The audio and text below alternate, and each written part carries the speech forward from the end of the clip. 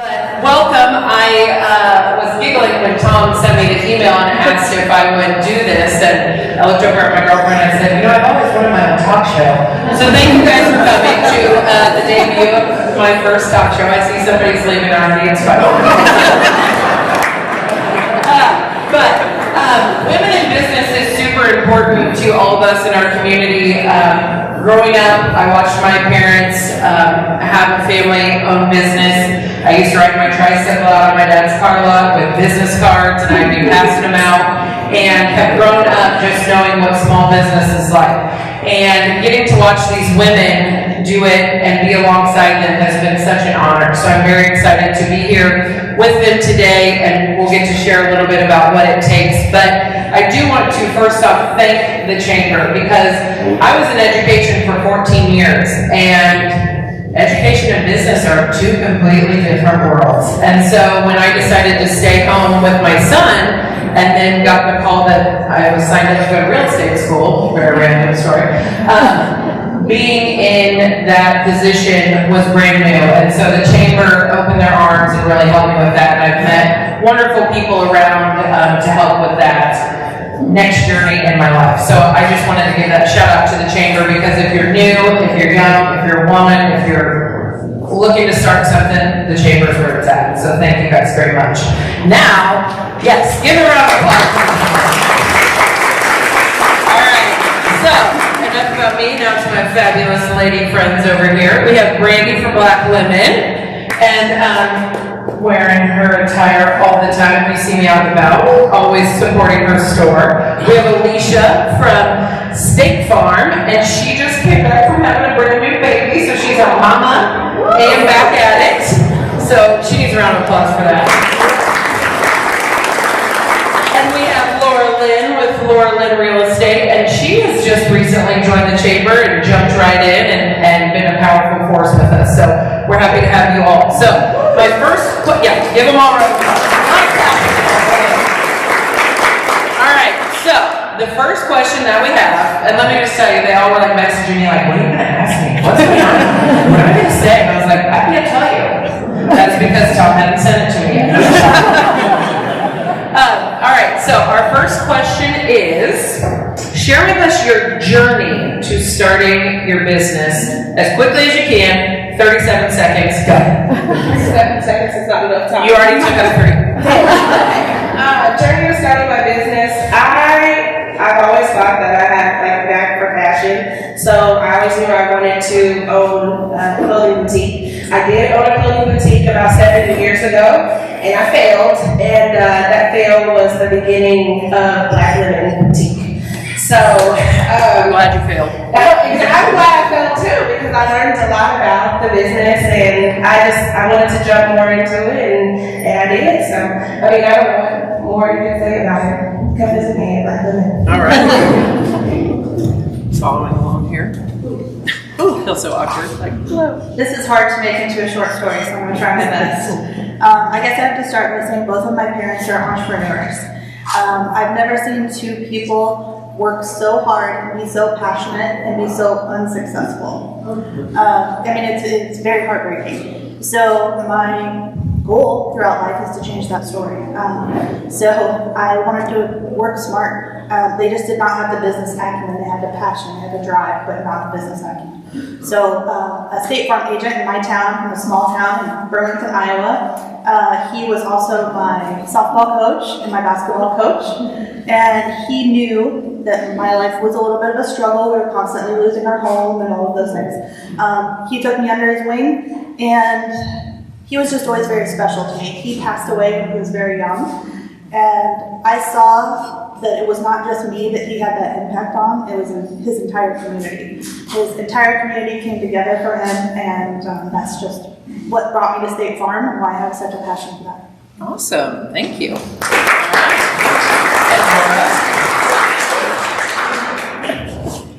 This is very odd. Holding a tiny bug to my mouth. So I've spent my whole entire adult life working a 9 to 5, living paycheck to paycheck, making money for other businesses, and I wanted that to end.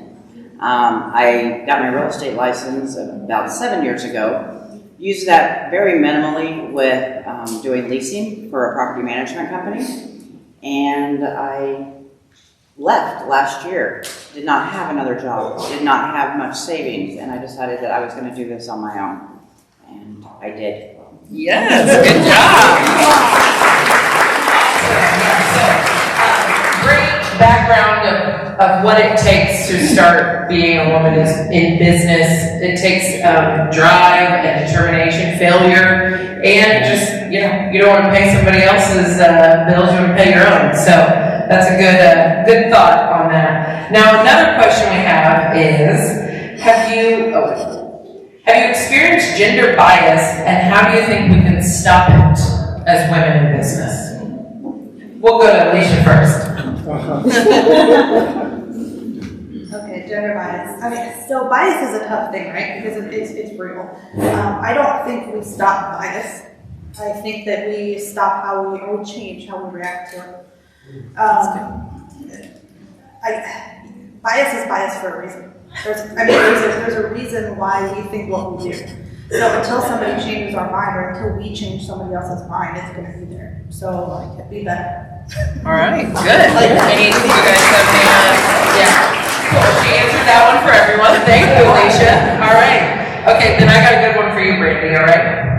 What advice would you give your 20-year-old self? Ooh. I was a while. Actually, at 20,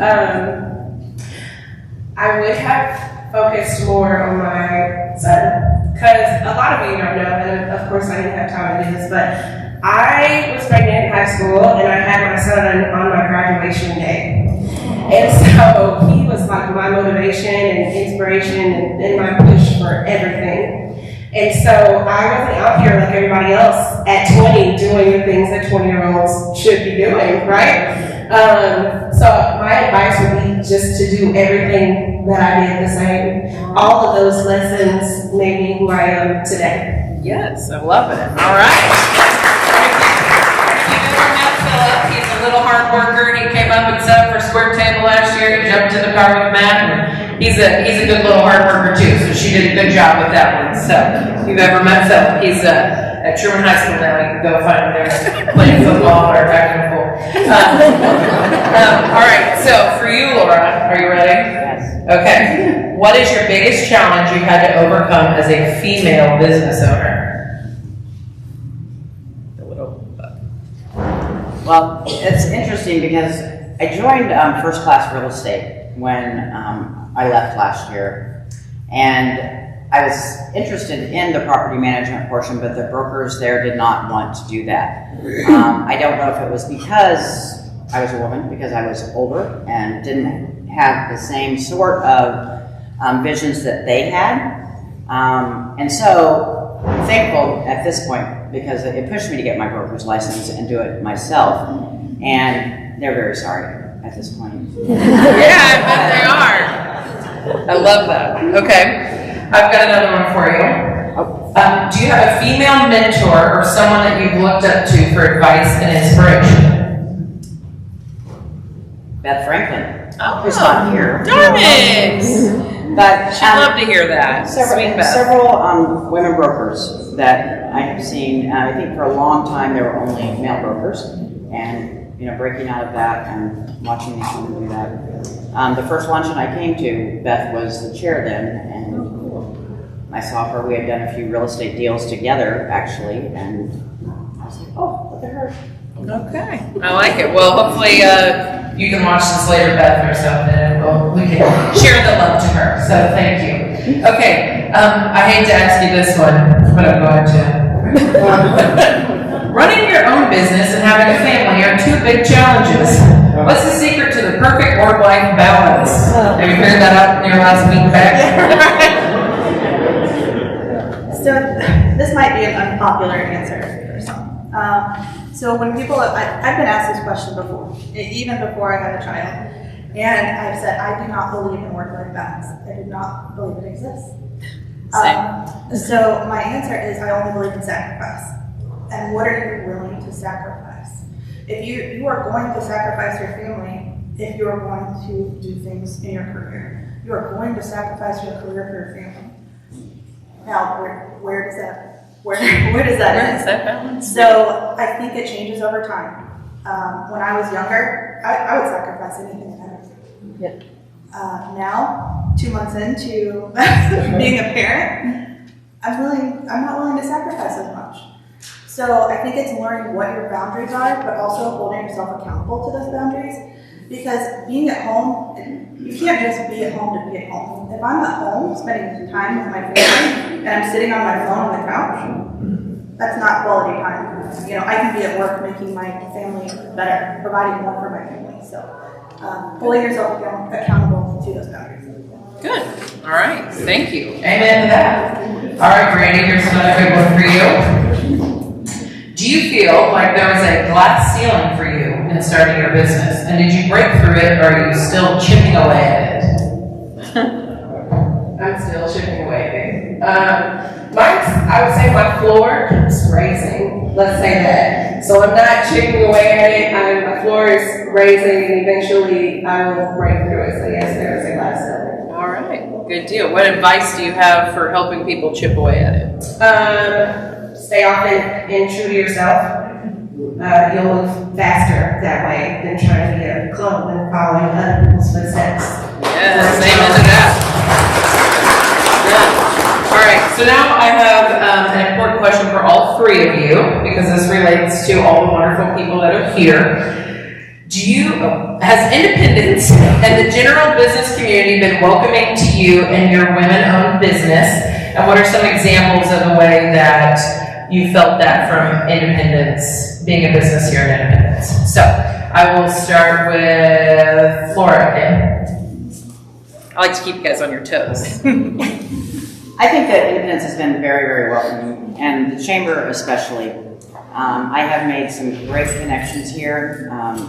Like I said, I came about 1.5 years ago, maybe not quite that long, to lunch, and I came by myself and didn't know what to expect. And everybody has been wonderful here. The connections I've made, the things that Tom has asked me to do, which I do. I just think that there's just the exposure, getting the chance to meet people, the networking has been beyond anything that I could have imagined it would have been. Right. And the people in Independence are so friendly, aren't they? Yes. I always say when you go to other chamber lunches, no, nothing against them, but there's just a different vibe about the people here in Independence, and they really do wrap their arms around all of us. So you guys are awesome out there. All right, Alicia, same question. Yeah. As I mentioned earlier, I'm from a small town in Iowa, so June of 2018, I moved here to open my agency. Did not know a soul, nobody. You really don't know where to begin, because the town I come from, that's where I grew up. I've always been there, and I was involved in my local chamber there. So immediately I'm like, okay, where's the chamber? Because that's all I knew. So it was so awesome to be able to have such a welcoming chamber. So I was at a golf tournament actually, and I knew that I needed to get involved with the chamber. I hadn't opened my office yet. I was here just trying to get it going, get it ready. And somebody said, find the oldest guy here and talk to him. Bob Glacier? So I found Bob Glacier. That's so funny. I never heard that. So good old Bobby. Bob was amazing, and everybody that knows Bob, so he came to my office, he told me everything about the chamber, and been involved ever since. So now I'm an ambassador, and I'll actually be joining the board next year. Yeah, congratulations. If you haven't met Bob, or if you haven't found Bob, take a few minutes to find Bob. He's worth every ounce that he can give for business help and inspiration. So, all right, Brandy, your question. Do you need me to repeat it again? Has Independence and the general business community been welcoming to you and your woman-owned business? Yes, so welcoming. I've met a lot of people in this room, and everybody has been so nice and sweet to me and welcoming to my family and my business, especially you. Shout out to the light on Angie Judy. If you got seriously, I believe that you were the tip off. for me years ago. Angie Judy strolled in and was like, "What is this?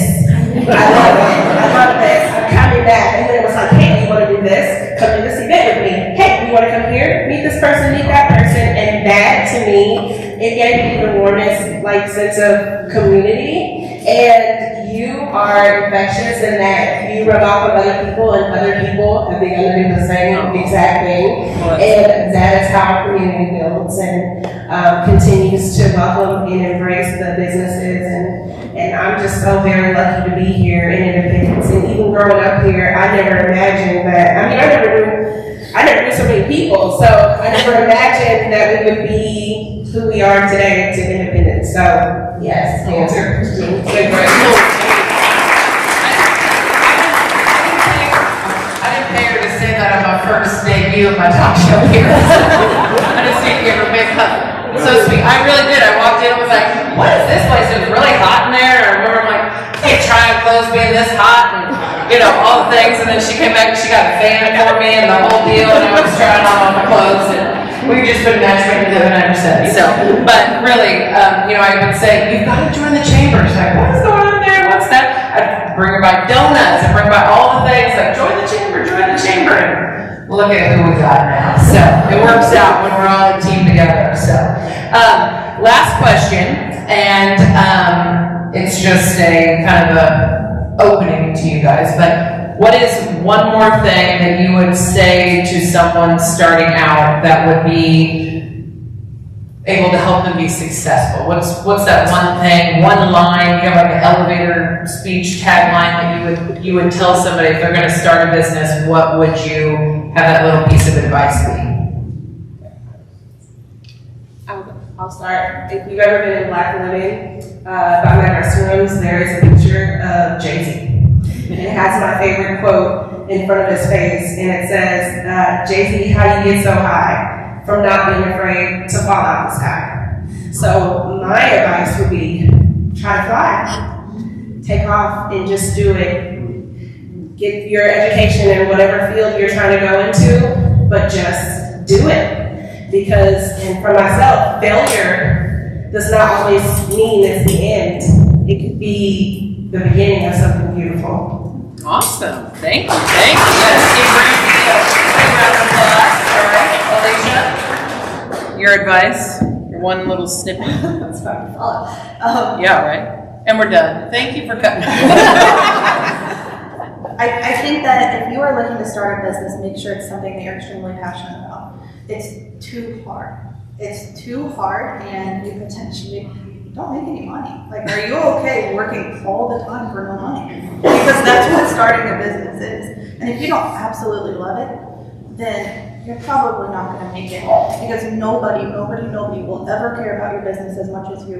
And you need to learn that right from the start and understand that from the start. Amen to that. Awesome. And Laura, your advice? Sorry, my hands are freezing. I would say believe in yourself and just know that you can do this for you as opposed to doing it for someone else. I think that you do have to learn, and I think passion is probably, people tell me sometimes that you have no life, don't you do anything fun? I'm like, do all kinds of fun things. But come here. I love real estate, and it's, like somebody talking about football. I love it, and I think that's important. And just knowing that what you want to do. All right, good deal. Thanks. So, take it to the sky, believe in yourself, and you won't make any money unless you work hard for it, right? Let's give these ladies one more big round of applause. Being a young woman in business is very vital and important to our community and to our chamber and to the things that we are doing here. So thank you guys very much for taking the time to listen to them and to be part of this panel today. I was honored, Tom, that he let me chat with these ladies today because Brandy was cracking up. My husband said, just talk to Angie, she's your girl, don't be scared. I'm like, I was nervous, okay? But we all made it out, and because we are awesome, strong women who are out there doing these great things for our community. So thank you guys very much for being here. Eric's going to end. I do want to also give a thank you and a little shout out to Christina and the crew here at Habitat, because we are beyond blessed to be in this building, for you guys to see all of the great things that they're doing here in our community. So more women that are in business that are making things happen, and I'm a board member here and have been able to help them with some different events and things that they have going on, and the work that is happening here at Habitat is phenomenal. So we're glad to have you all here in the building, and check it out when you leave. But thank you all, and thanks for listening to the wonderful women in business today.